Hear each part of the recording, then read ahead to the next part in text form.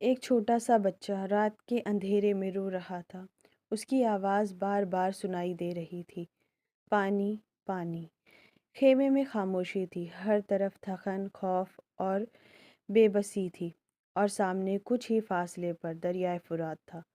اتنا قریب کہ نظر آ رہا تھا، لیکن اتنا دور کہ کوئی وہاں تک جا نہیں سکتا تھا، کیونکہ اس دریا کے سامنے ایک لشکر کھڑا تھا، ہزاروں سپاہی، اور ان سب کے سامنے صرف ایک قافلہ، چند لوگ، بچے، عورتیں اور ایک رہنما۔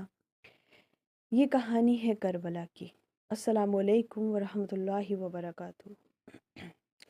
امام حسین رضی اللہ عنہ نبی صلی اللہ علیہ وآلہ وسلم کے نواسے تھے۔ ان کی زندگی سچائی، انصاف اور صبر پر قائم تھی۔ وہ گھرانہ تھا جہاں حق کے لیے جینا سکھایا جاتا تھا اور ظلم کے سامنے جھکنا نہیں سکھایا جاتا تھا۔ وقت کے ساتھ اسلامی دنیا میں سیاسی تبدیلی آ گئی اور اس وقت یزید حکمران بنا۔ لوگوں سے بیعت لی جا رہی تھی، یعنی حکومت کو قبول کرنا اور اس کی اطاعت کرنا۔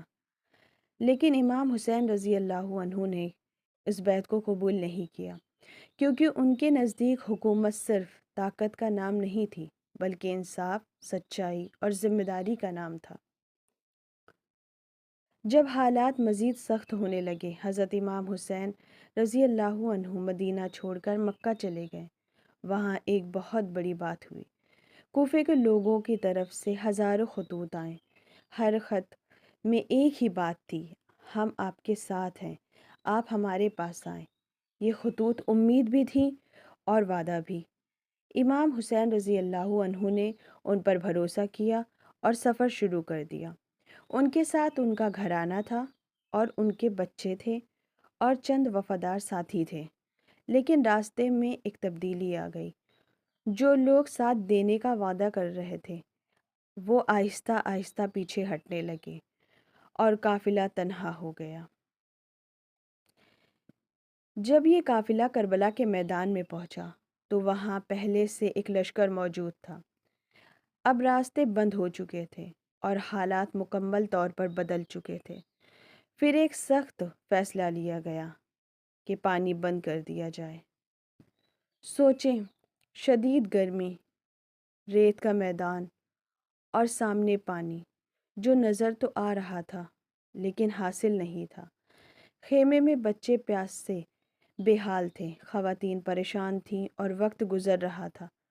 لیکن امام حسین رضی اللہ عنہ کا فیصلہ واضح تھا، میں حق کے راستے میں پیچھے نہیں ہٹوں گا، میں ظلم کے سامنے سر نہیں جھکاؤں گا۔ 10 محرم کا دن آیا۔ صبح سے حالات بہت سخت ہو گئے۔ ایک ایک کر کے امام حسین کے ساتھی میدان میں گئے۔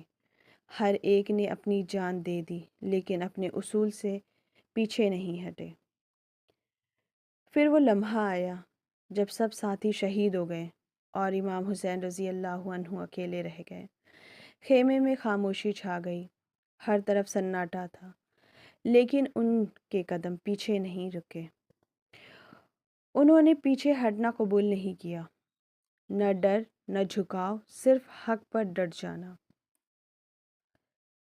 کربلا صرف ایک جنگ نہیں تھی، یہ ایک سوچ تھی، ایک پیغام تھا کہ حق کے لیے کھڑا ہونا ضروری ہے، چاہے آپ اکیلے ہی کیوں نہ ہو اور چاہے حالات کتنے بھی سخت کیوں نہ ہو۔ ظلم کے سامنے جھک جانا آسان ہوتا ہے، لیکن حق پر قائم رہنا ہی اصل بہادری ہے۔ اسی لیے امام حسین رضی اللہ عنہ آج بھی یاد کیے جاتے ہیں، کیونکہ انہوں نے دکھایا کہ سچائی کے لیے دی گئی قربانی کبھی ضائع نہیں جاتی۔